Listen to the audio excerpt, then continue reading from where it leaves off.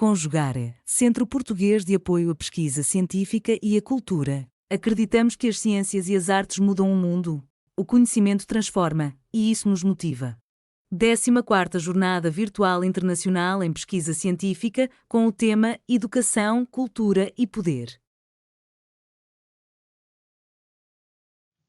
Buenas tardes, mi nombre es Cristina Mantebotello y junto a mi compañera Lucía Pérez Vera hemos realizado el estudio titulado El contexto laboral y su influencia en el burnout docente, comparativa entre centros de educación especial y centros ordinarios. Durante la exposición de este trabajo seguiré un breve índice. En primer lugar, comenzaré con una breve introducción donde presentaré el contexto general del tema de investigación y explicaré por qué es relevante abordar este tema. A continuación, detallaré el objetivo del trabajo para posteriormente explicar la metodología utilizada. Para ello, explicaré cómo se llevó a cabo la investigación, los participantes y el instrumento utilizado. Posteriormente, presentaré los resultados obtenidos, las conclusiones y las limitaciones de esta investigación, para concluir con la bibliografía utilizada. El síndrome de burnout es una realidad cada vez más presente en diversas profesiones, y la docencia no es una excepción. En las últimas décadas, la investigación sobre el síndrome de burnout ha cobrado una creciente relevancia en el ámbito educativo, configurándose como uno de los principales riesgos psicosociales que afectan al bienestar del profesorado, debido a las continuas exigencias sociales, tanto dentro como fuera de la jornada de trabajo.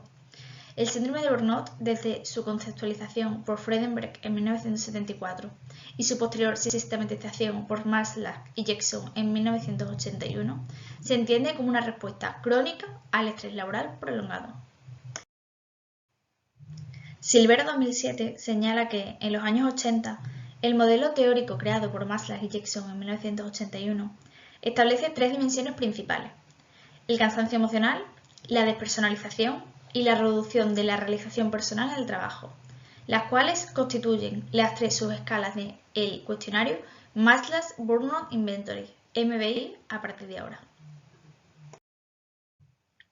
La profesión docente es una de las más afectadas por las nuevas y crecientes obligaciones de la sociedad hacia el profesorado, como por ejemplo puede ser la intensificación del trabajo dentro y fuera del aula, el crecimiento de horas de jornada laboral sin remunerar, las mayores exigencias formativas, la saturación de tareas administrativas, el aislamiento del profesorado en las aulas, entre muchísimos otros. En los estudios específicos centrados en profesionales que trabajan con personas con discapacidad, se plasma un elevado nivel de burnout, lo que puede afectar a la calidad de la educación de los estudiantes. Es por ello por lo que surge el presente estudio, en el cual el objetivo es explorar los niveles de burnout en dos perfiles docentes. Por un lado, aquellos que ejercen su labor en centros de educación especial y por otro lado, aquellos docentes que ejercen su labor en centros ordinarios.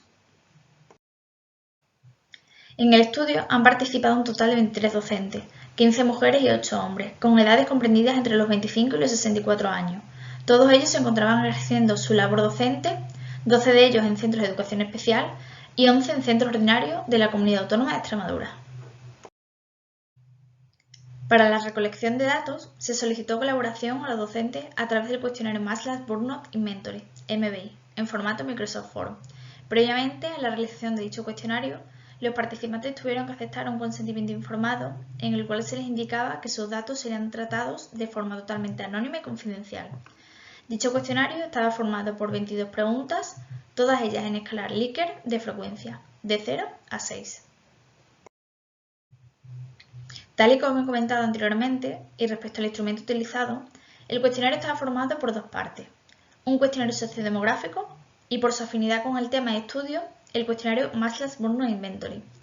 Dicho cuestionario constaba de un total de 22 ítems en forma de afirmaciones sobre los sentimientos y actitudes del profesional en su trabajo y hacia el alumnado. Los docentes deben indicar su grado de acuerdo con las afirmaciones utilizando una escala de 7 puntos, que iba desde nunca 0 puntos hasta todos los días 6 puntos. El cuestionario que se pasó a todos los docentes medía tres aspectos del síndrome de burnout. Por un lado, la subescala de cansancio emocional, medido a través de 9 ítems y en el cual se puede obtener una puntuación máxima de 54 puntos.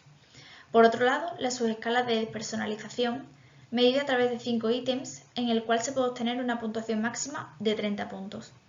Y por último, una subescala de realización personal, medido a través de 8 ítems, en la que se puede obtener una puntuación máxima de 48 puntos. Siguiendo la codificación establecida en el cuestionario, las puntuaciones de cada subescala se han obtenido sumando las respuestas de cada uno de los ítems antes mencionados. El síndrome de Burnout se define por puntuaciones altas en cansancio emocional y despersonalización y bajas en realización personal. Tras el análisis de los resultados, la siguiente gráfica muestra los resultados obtenidos en la subescala de cansancio emocional. Se puede observar que, en cuanto a los docentes de centros ordinarios, 9 docentes, un 81,8%, presentaban un valor bajo entre 0 y 18 puntos, mientras que 2 de los docentes presentaban un valor alto, comprendido entre 27 y 54 puntos. Con respecto a los docentes de centros de educación especial, 6 docentes presentaron un valor bajo, 50%, uno presentó un valor medio, un 8,3%, y 5 docentes presentaron un valor alto, 41,7%. Los docentes de centros de educación especial muestran una proporción considerablemente mayor de cansancio emocional alto en comparación con los docentes de centros ordinarios. Esto sugiere un mayor desgaste emocional en el ámbito de la educación especial. En la siguiente gráfica se puede observar los resultados obtenidos en las subescalas de despersonalización. Se puede observar que, en cuanto a los docentes de centros ordinarios, 10 docentes presentaron un valor bajo, 90,9%, mientras que solo uno presentó un valor alto, 9,1%. Con respecto a los docentes de centros de educación especial, 7 docentes presentaron un valor bajo, 58,3%, 4 presentaron un valor medio, 33,3%, y 1 presentó un valor alto, 8,3%. Si bien la mayoría de los docentes en ambos tipos de centros presentaron un nivel bajo de despersonalización, los centros de educación especial sí que mostraron una proporción más elevada de niveles medios, 33,3%, VS 0%, en comparación con los centros ordinarios.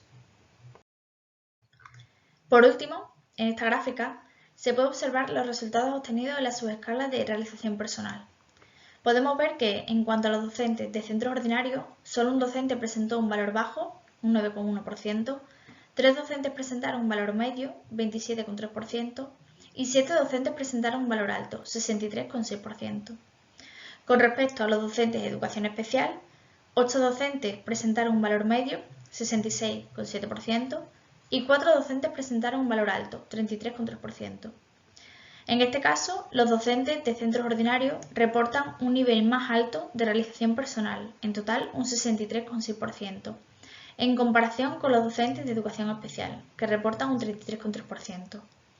Aunque los docentes de educación especial tienen una mayor proporción de realización personal media, en total un 66,7%, y además no presentan ningún docente en este grupo con un nivel bajo de realización personal. En base a los resultados obtenidos en esta pequeña investigación, es importante señalar que a pesar de que los docentes de centros de educación especial muestran un mayor cansancio emocional y niveles medios de despersonalización, ninguno de ellos alcanzó el perfil completo del síndrome de Burnout, según la definición del MBA, principalmente porque no presentan niveles bajos de realización personal o combinaciones de agotamiento y despersonalización simultáneamente altas con realización personal baja. Finalmente, es importante destacar algunas limitaciones de este estudio. Por un lado, podemos indicar que el tamaño de la muestra es pequeño y que además la selección de los participantes se realizó por conveniencia. Estas limitaciones sugieren la necesidad de realizar y seguir con futuras investigaciones con muestras mucho más grandes y metodologías de selección probabilística. En esta diapositiva, y para ir finalizando, se presentan algunas de las referencias bibliográficas utilizadas para realizar esta pequeña investigación. Muchísimas gracias por su atención.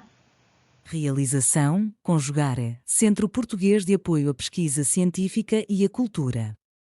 Apoio Editora Cravo. Inscreva-se no canal, comente, curta e compartilhe. Obrigado por assistir.